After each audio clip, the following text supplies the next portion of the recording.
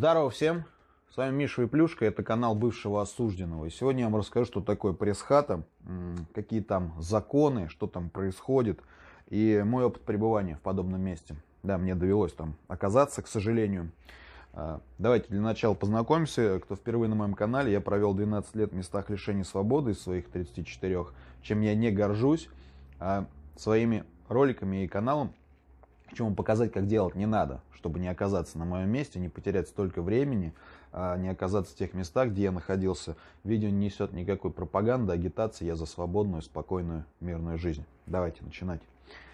Что из себя представляет пресс-хата?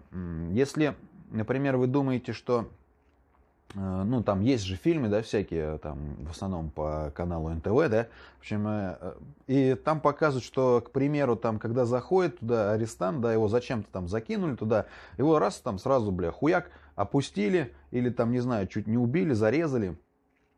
Не всегда это происходит так, и давайте разбирать природу, да, природу вообще вот этого, рушить, так сказать, стереотипы, мифы по порядку. Пока можно поставить палец вверх, подписаться на канал, на соцсети, ВК, Инстаграм. И, кстати, ТикТок я завел, тоже есть, блядь. Уже добрался и туда. Тоже есть все в описании. Смотрите. Представляя, вот обыватель представляет себе пресс-хату так.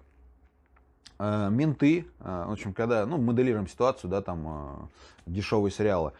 Человек попадает в тюрьму, и вот там что-то там менты, не знаю, ну, просто на ровном месте, типа, такие взяли, закинули в хату, где их беспредельщики, да, и его там начинают сразу сходу до него доебываться, в общем, и всякими там способами пытаться спровоцировать на какой-то конфликт. Потом избивают, либо там петушат. Вот. Но на самом деле нет. Ну, понимаете, не все так просто в этом и в тюремном мире в том числе. Бывает два вида пресс-хат.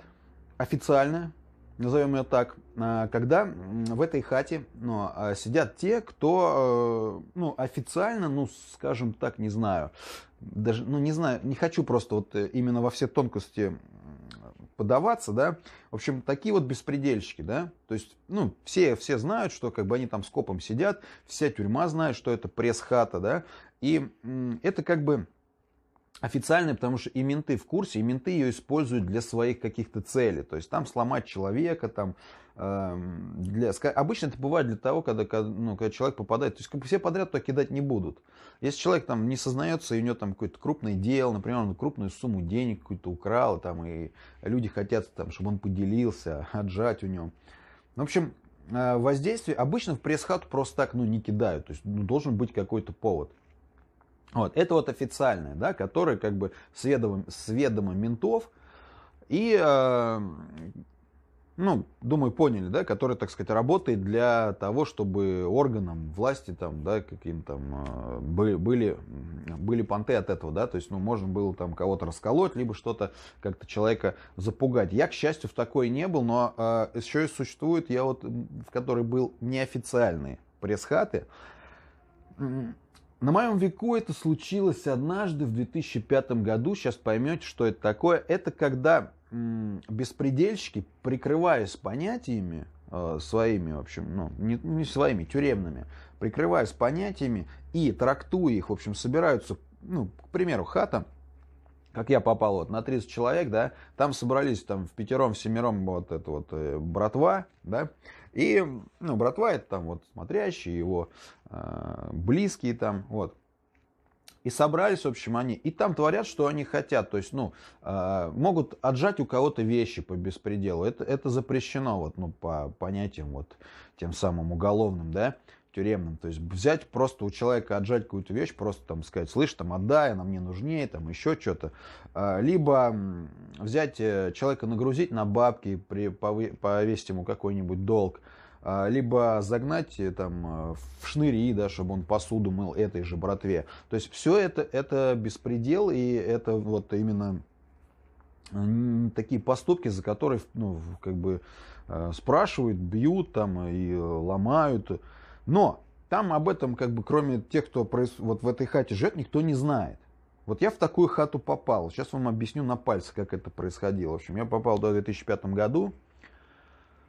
И Там, короче, каждый вечер, ну, ребятам видно скучно было, это был общий режим, все первоходы.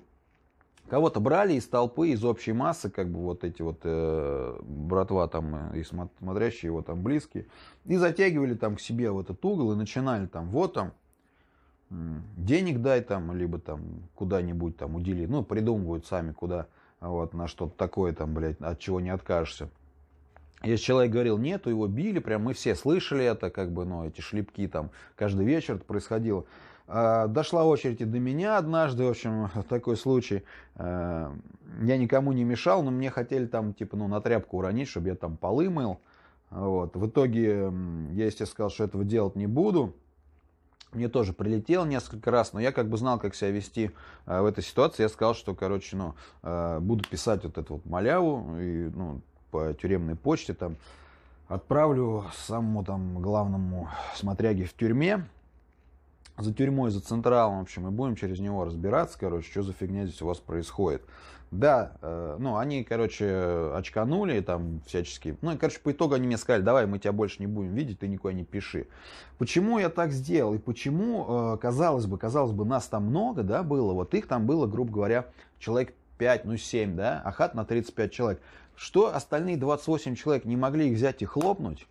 К сожалению, нет. К сожалению, это так не работает. Если вы думаете, что в тюрьме сидят только головорезы, да, насильники, там, убийцы, те, кто там беспощадно грабил там и воровал на свободе, нет. Большинство сидит там, 70%, вот, ну, я и там люди, которые как бы вели действительно криминальный образ жизни в свое время, называли их и называют тепличные.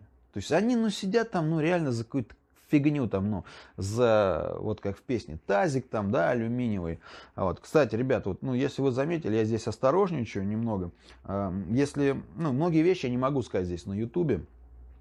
Для этого есть телеграм-канал.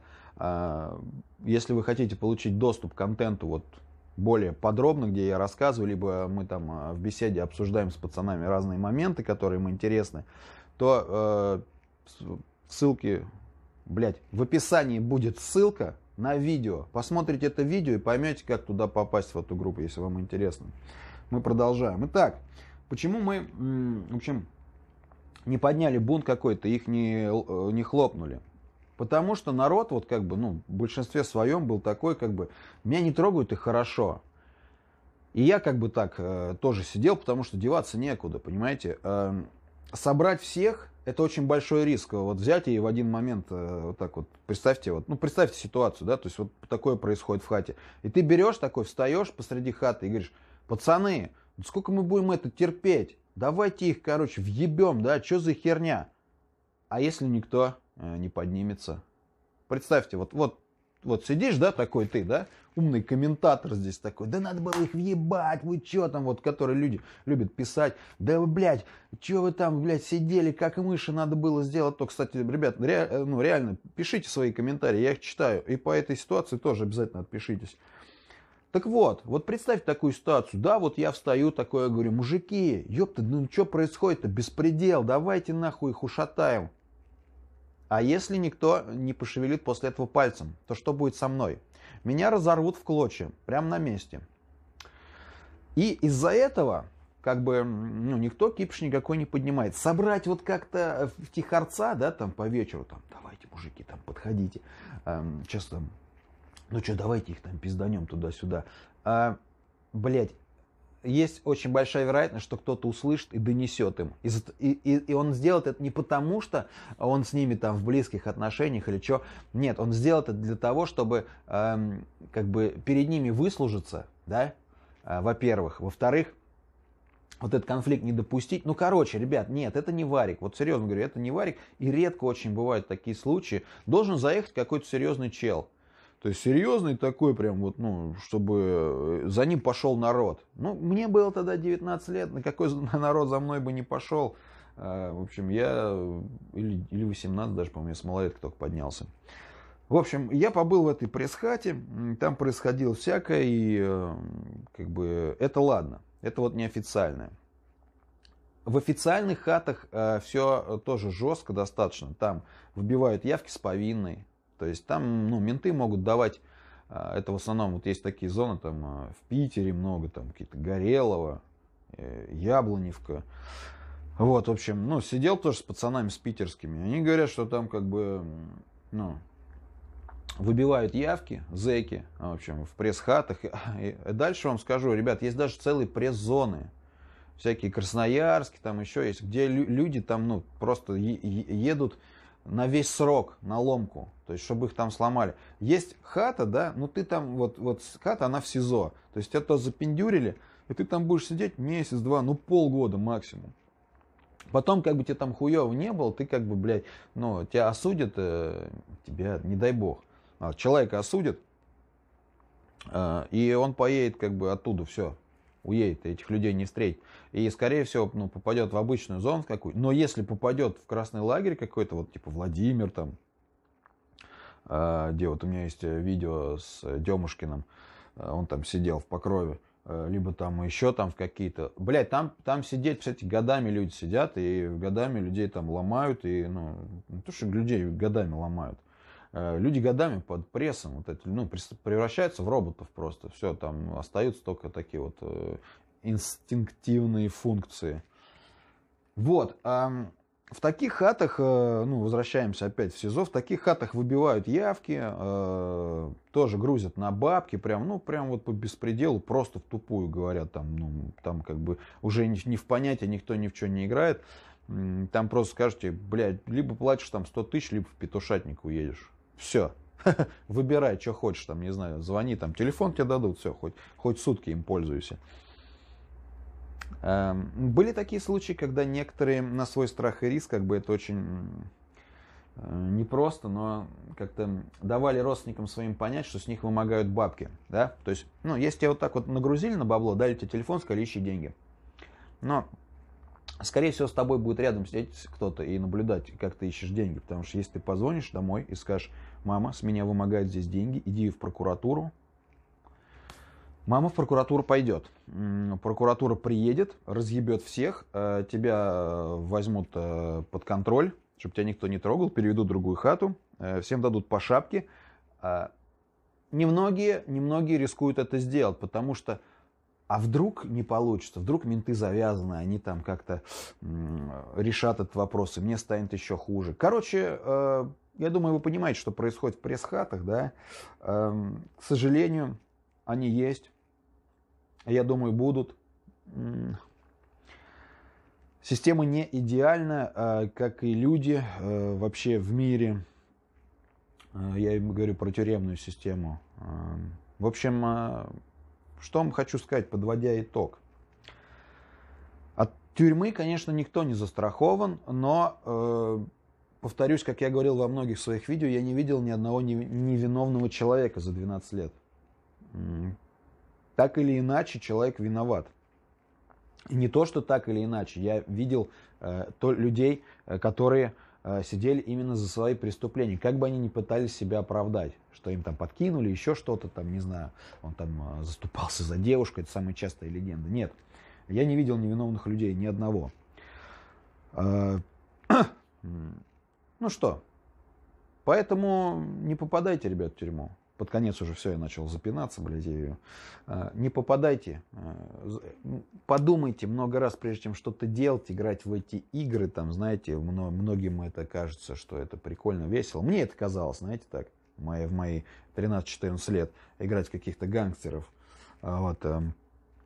Но по итогу, к 30-ке, вот, к 30 годам, когда очень много времени потерял, просрал, очень много возможностей, вот тогда, вот сейчас понимаешь, что какой-то был шлак, и заниматься этим не советуешь никому, вот, никому не желаешь такой судьбы. Вот так, в любом случае, везде всегда надо оставаться человеком, чему быть, тому не миновать, ребят. Вот, в принципе, все. Еще раз повторяюсь, палец вверх. Если видео понравилось, палец вниз. Если не понравилось, но обязательно надо написать почему, коммент. Вот. Это несложно, это бесплатно, ребята. Лайки бесплатные, я договорился, как обычно. Вот. Соцсети, все в описании. ВК, Инстаграм, ТикТок, еще раз скажу. Мой второй канал, ребят, там выходят другие видео, не забывайте тоже подписываться. И огромное спасибо, огромное всем спонсорам канала, кто нажимает синенькую кнопочку «Спонсировать». Вы мне очень помогаете, продвигаете меня по Ютубу. Все, ребят, жду ваших мнений, комментариев. И до новых встреч. Берегите себя.